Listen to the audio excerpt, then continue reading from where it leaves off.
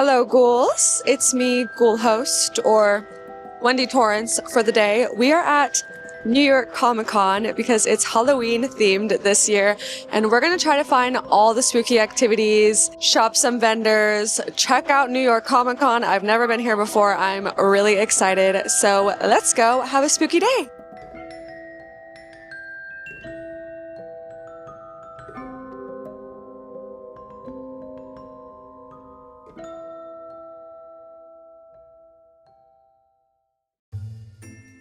If you've never been to Comic-Con, it's basically a pop culture playground.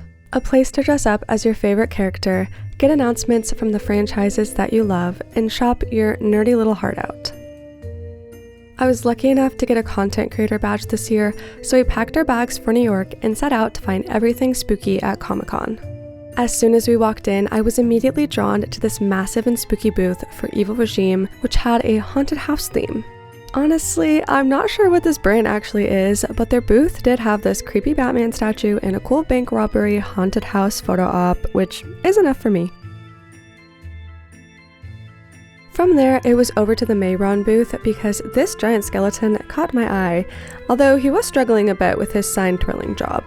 Myuu is my favorite SFX makeup brand. When I first started doing monster makeup, I saved up to get one of their water-activated paint palettes, and this year they actually sent me one in a PR package, so it really felt like a full circle moment. I know her! This next booth is a great example of how creative these vendors can get. Tea and Absinthe is a tea brand that offers flavors based on your favorite fandoms, from Doctor Who to Avatar. And there was plenty of spooky representation, like this Nightmare Before Christmas inspired tea blend. Oh wow. Smell this. Oh yeah. That smells really good.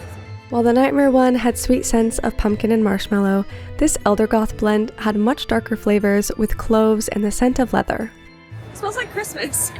There were plenty of options to love. I really enjoyed this supernatural themed tea. Oh my god, that smells so good. And the perfect tea blend fit for a vampire. Wow. Kinda want one. But if you're going to brew potions, it's important to look the part, so we stopped at this vendor who specializes in felt-based witchy garb. While I did like the colors on display, it was the classic black that spoke to me, of course.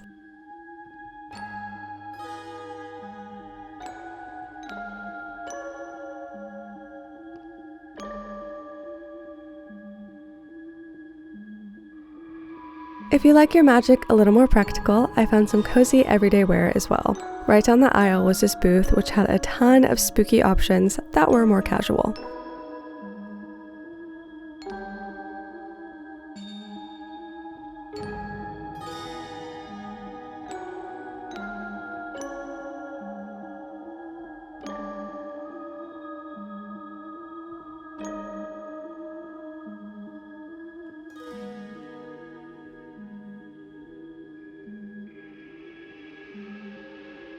A big thing at Comic-Con is collectibles and figurines like these ones at the NECA booth.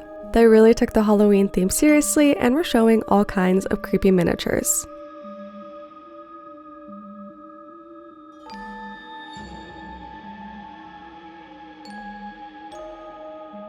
I love that they do straight horror as well as fun and spooky.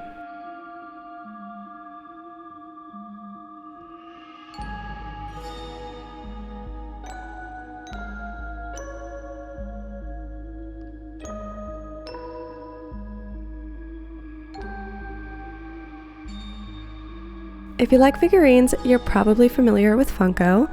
They also embraced the theme in a big way this year with an oddities-inspired booth and collection.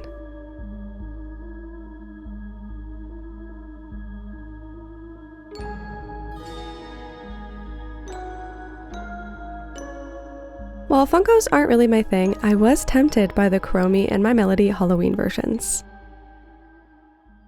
Speaking of, I wasn't going to do Comic-Con without visiting my favorite cute and spooky pair.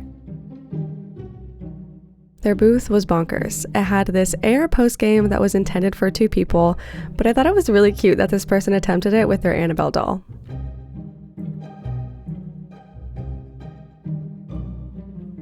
I didn't end up waiting in line for the game, but I did use their Gashapon machine to win a couple adorable stickers of my girls.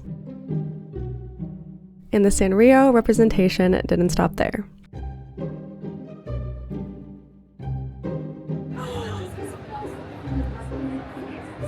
That is so freaking cute.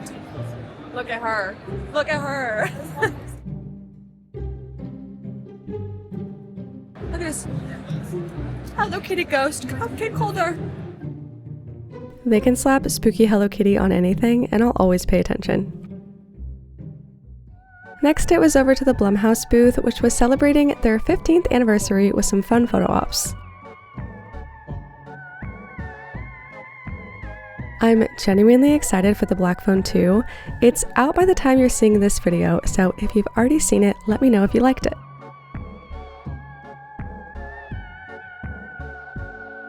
Another piece of media I'm excited for is Welcome to Derry, which starts on October 26th. Their booth might have actually been the creepiest at this whole con.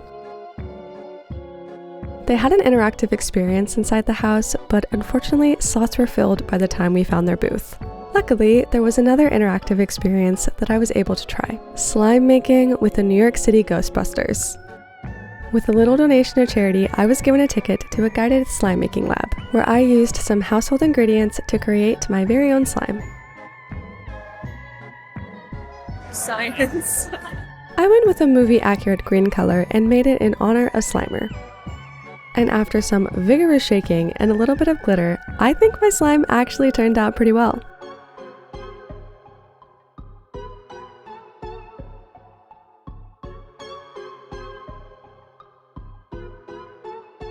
This is one of my favorite experiences at the con, and I'm happy to report that the NYC Ghostbusters reached their single donation record for the Trinity Place shelter with their booth this year. There's a link to the charity in my description if you'd like to contribute. Also, fun story, we happened to run into some more Ghostbusters in the wild while we were exploring New York City on our off day. We were literally strolling through Central Park and we heard the iconic horn from the Ecto-1. We rushed to the street and it happened to park right next to us.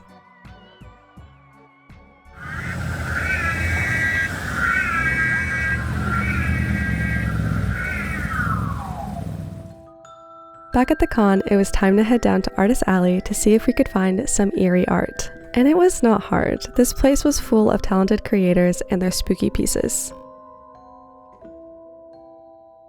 I wish I had more time to look at every booth here. There was so much talent on display.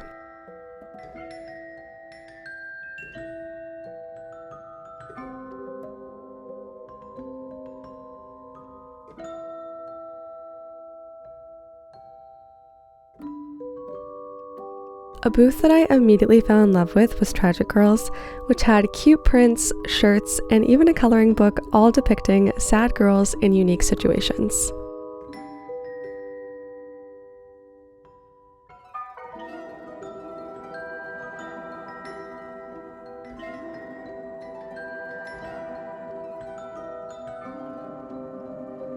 And I have to give a very special shout out to Soft Rat Studios, who recognized me from this very channel and gifted me a shining print to match my Wendy cosplay. I'm so glad we crossed paths because this art really spoke to me. I love spooky with a touch of whimsy and an amazing use of color.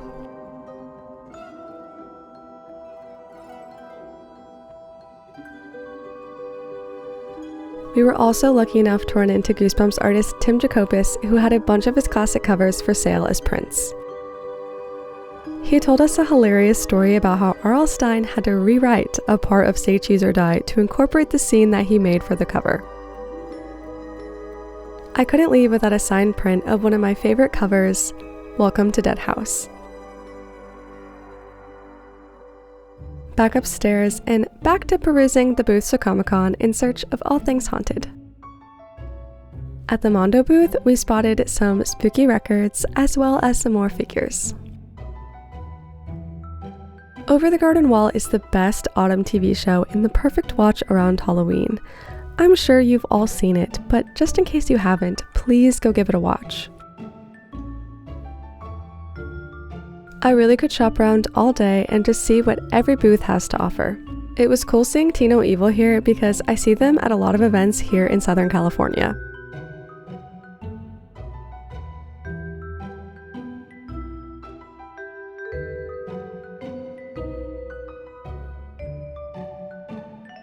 I was jump scared by Stephen King at the Simon & Schuster booth, which had their spookiest books on display.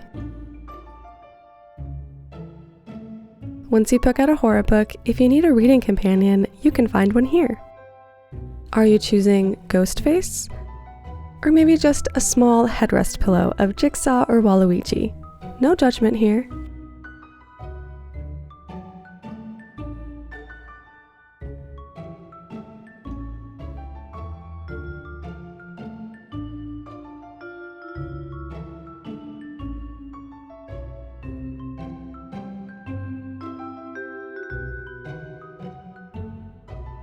This is the closest I've gotten from getting my first Loungefly because they had some really lovely exclusives like this vampire teddy bag.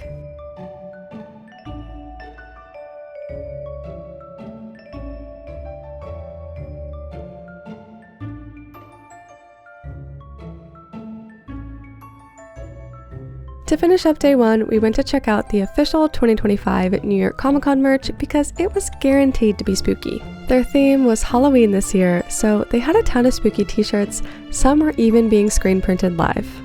But I was here for one thing, and one thing only. Rats. Oh, how am I gonna choose? They come in 3 different colors and 3 different shirts. I picked the cute white one because I really loved his ghost shirt that matched his fur.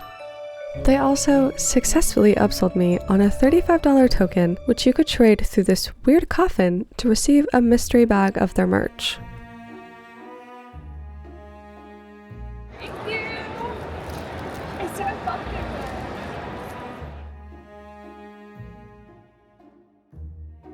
A crown. It is. Oh my god, I'm a rat king.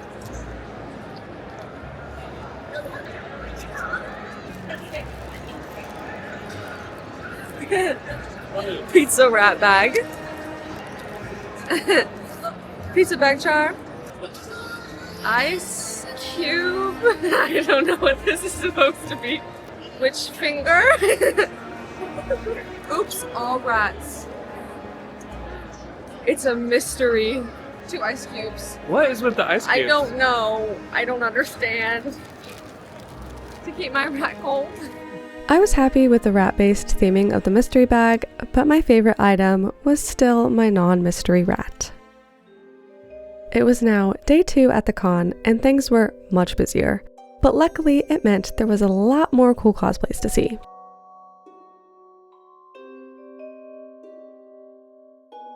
I love seeing how creative everyone can get and seeing different variations from characters that we all know, and I kept my eye out to show you the horror representation. But there was one rubber suit I wanted to see more than any other: Godzilla. Godzilla has made landfall in Coney Island. Please be aware of kaiju activity.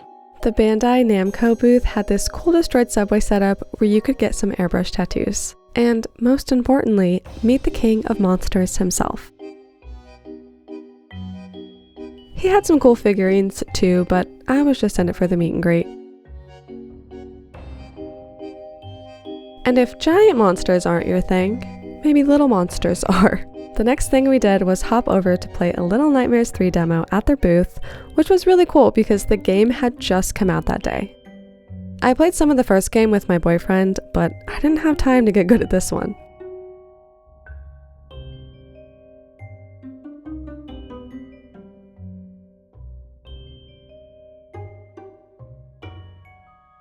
Because it was my first time in New York, we decided to move from the crowded halls of Comic-Con to the crowded streets of the city. Trust me, there are plenty of scares out here too. Our first stop was FAO Schwartz in Rockefeller Plaza because you're never too old for a spooky plushie. He looks so sad. I collect spooky stuffed animals, so I always have my eyes out for a new buddy, especially adorable jellycats.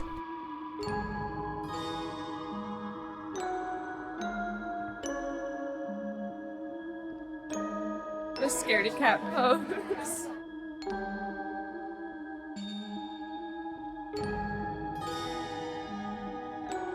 They also had some pretty unique Halloween candy flavors, along with my favorite treat, candy corn.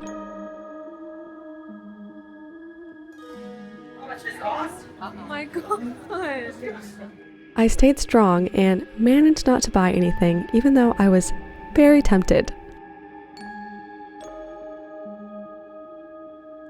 Our next stop was Times Square, where even the billboards were feeling the Halloween spirit.